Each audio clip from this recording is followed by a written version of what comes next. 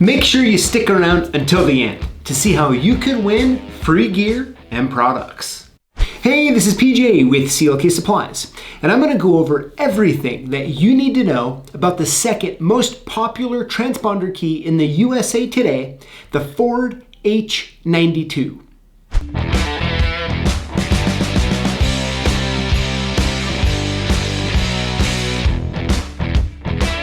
Now I'm going to be going over what type of chip is used, what test key to use, what shell you can use if you need to harvest an existing chip and put it into a new shell, the code series used, and best practices on how to duplicate. But before I get too involved with all of this here, I want to just take you down memory lane a little bit. Now, this H92 key has a really storied, kind of fun past. Now, before we knew it as the H92, we used to know it as the H84, commonly known at the time as the jewel key, or by its Stratec number, the 599114. Now I tell you what, if you've been locksmithing or cutting automotive keys for over 10 years, you have said the number 599114 or jewel key a lot, and it's kind of fun to even think about. Now, back when it was the 599114 or the H84, it was a 40-bit chip, and when Texas Instruments and Ford switched it from a 40-bit to a 80-bit, that's when the name became H92. Now, another weird kind of fun fact about this is that the H94, which is the high security version of this H92, was kind of weird to me. I was like, how do we go from H84 to H92 instead of H84 to H94, right? For the longest time, I was walking around saying, hey, that's an H94 when it was actually an H92.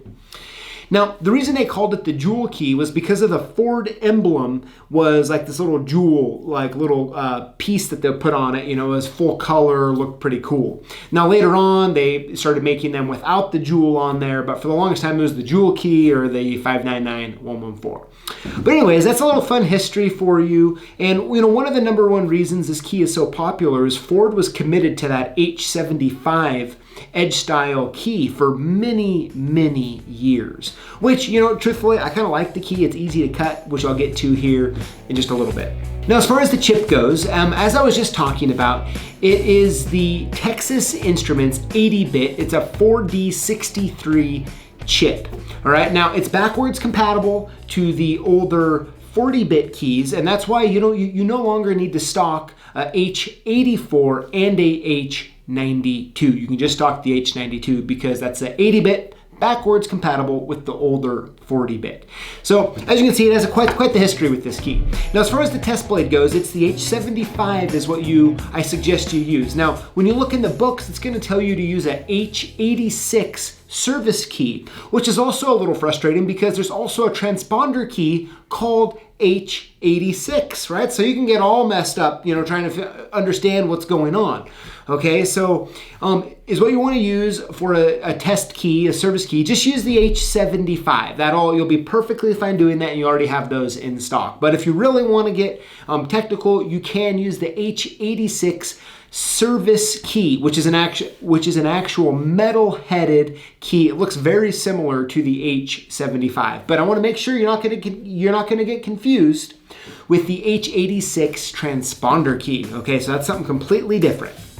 Now, as far as the shell goes, I suggest using the TP00FO-30D.P shell. That one's made by JMA. JMA was kind of the first out of the gate with making the shells readily available, and I find their shells really nice. Now, once again, all of this information I'm going over is going to be down below in PDF form, so you can download it, you can print it out, and you can use it whenever you want. Because it's fun to kind of go through a video like this, but when it comes time to, hey, I watched that video a while ago, what exactly do I need to know? Well, having the PDF is like a nice quick, you have it, you can look at it, and you can do your job. So next up is going to be the code series. Now the code series used for this H92 key is also the same used for essentially all other Ford using the H75 keyway, which is the 1X to 1706X. All right, so all the details to that will be in the PDF as well. Now let's talk about duplicating this key. Now the good news, it's very, very simple to duplicate. Let me show you how to do it. All right, now I'm gonna be showing you how to duplicate this key right here on this JMA Nomad that has 4-way jaws. However, if you have a 2-way jaw machine, you're perfectly fine. Typically, side 1 or side A is all you're gonna need to have this key on to duplicate it properly. So now I have this H75 key here as a test key that we'll put in on one side here, and watch how I put this in here. So when I put it in, all I'm doing is putting it right here on this main big groove, all right? And unlike the B106 or the B111 Circle Plus transponder key, there is actually almost always enough meat on the bone, so to speak, on the side of the key to clamp it down and to keep it secure. And so I actually chose this key. If you look at the cuts on it here, let me bring it a little closer so you can see there's not a lot of material here to clamp onto, but it's still enough without any problem, all right? So what we're gonna do is we're gonna put the key on this side and we're just gonna set it right there on the ledge of it. And let me get the little clamp here. Typically, you always want to use the last slot here, so the majority of the key, okay, can actually be on the actual job that's getting clamped. So we're just going to put this down here for a second, and I'm just going to slide it in. This is a tip stop key, right? A tip stop means that there's no shoulder that you would use to align it with, okay? So since there's not a shoulder to align it with, you're gonna align it to the tip stop right here. Now once you have that in place here, now let me just grab a transponder and show you that the principles work the same here. So all we're gonna do is just set it right here on the ledge. It's very natural to put one of these keys in. I mean, as you can see, I just put it right in here and it just clamps right down super simply. So let me go ahead and just use a H75 as a practice test here. We'll get that put in, get it down there, and let's just go ahead and duplicate it really quick.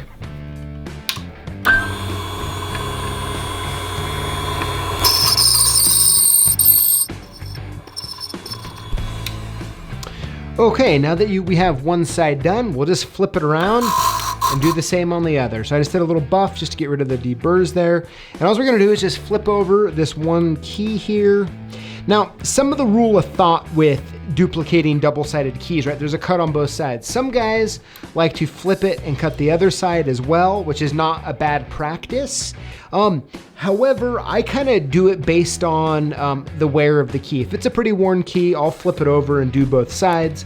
Otherwise, I'll just keep it on the one side when I'm duplicating. So that's kind of up to you. Experience will really help you with that as time goes on here. So let me go ahead and get this put in here. Get that realigned to the tip stop, just like that. Now, if we were doing a shoulder stop, we'd be using this gauge up here, right? But there's no shoulder that we're gonna be able to clamp onto. So let's go ahead. As you can see, this key just clamps so easily. It's in there nice and snug. Let's go ahead and cut the other side.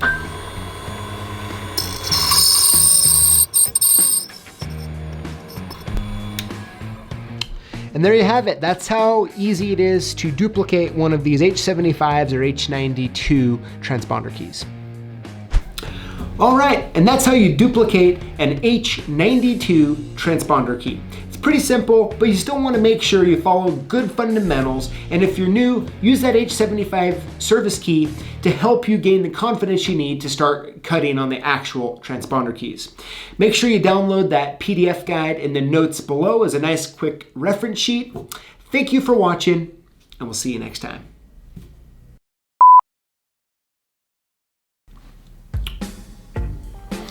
Now I'm going to be going over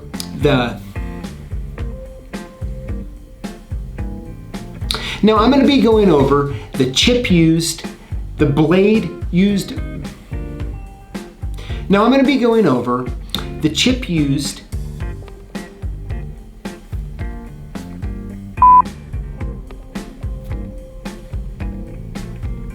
Okay, so I got that.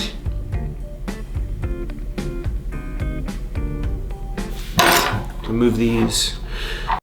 As a test key, make sure you have everything right before you start. Notes below, you download that PDF guide to help you. That's a quick reference. Easily and quickly duplicate the H95. Nope. And that's how you duplicate an H. Boom. Boom. Okay. All right, there you have it. Okay. So that's on the H92.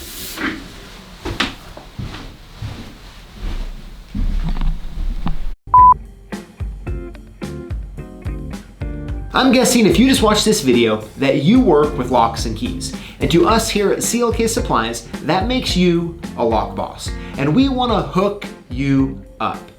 Here's how it works. Throughout the week, we post videos on YouTube, like the one you just watched. And all you need to do is comment on the videos and include the hashtag lockboss. When you do this, you're automatically entered in to win one of 5 free prizes that we give out each and every week. No purchase necessary. So if you're a lock boss, join us each week to learn, grow, and win.